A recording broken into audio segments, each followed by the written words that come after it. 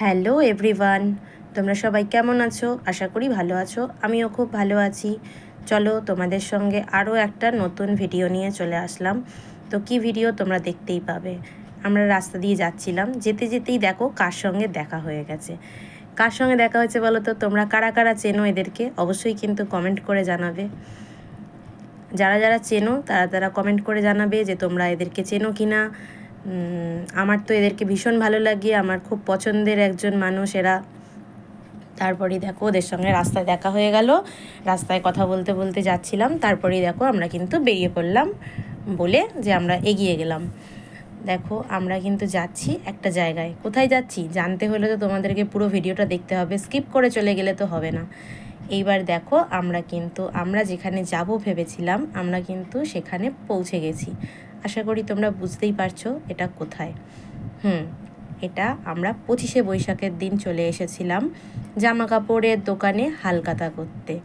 এখন হালখাতা করতে এসছি, তো চলো রাস্তার এপারে দাঁড়িয়ে রয়েছি।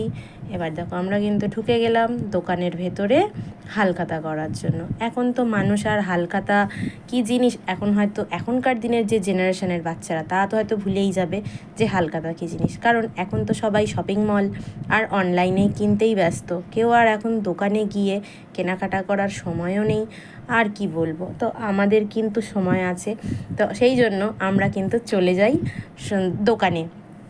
দোকানে কিনতে চাই।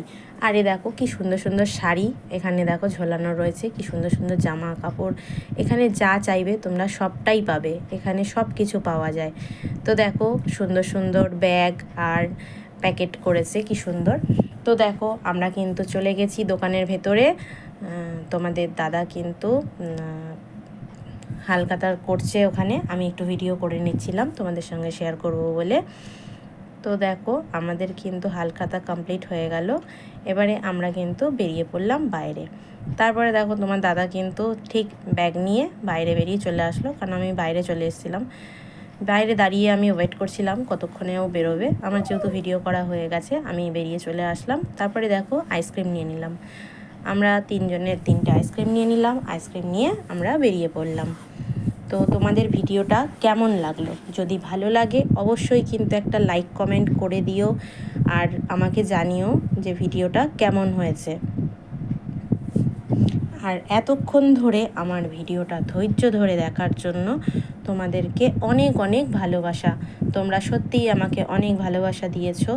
অনেক অনেক ভালোবাসা তোমাদেরকে আমার ভিডিওটা ধৈর্য ধরে দেখার জন্য।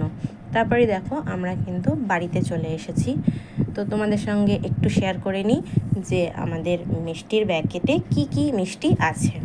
তো চলো তোমরা দেখতে থাকো কি অবস্থা হয়েছে। মিষ্টির প্যাকেটের অবস্থা একটু খারাপ হয়ে গেছিলো বন্ধুরা, সেটা আমাদের দোষেই হয়েছিল। তার কারণ হচ্ছে আমরা গাড়িতে করে নিয়ে এসেছি, ঝুলিয়ে নিয়ে এসেছি, আর সেই ঝোলানোর অবস্থাতে সব মিষ্টিগুলো ঘেটে হয়ে গেছে। দেখতেই পাচ্ছ, এই দেখো ম্যাঙ্গো ফুটি দিয়েছে, একটা প্যাটিস ছিল, 2টো লাড্ডু ছিল, একটা সন্দেশ ছিল, দু তিন রকমের সন্দেশ ছিল, একটা রসগোল্লা ছিল। তো আমার ভিডিওটা এখানেই শেষ। চলো টাটা।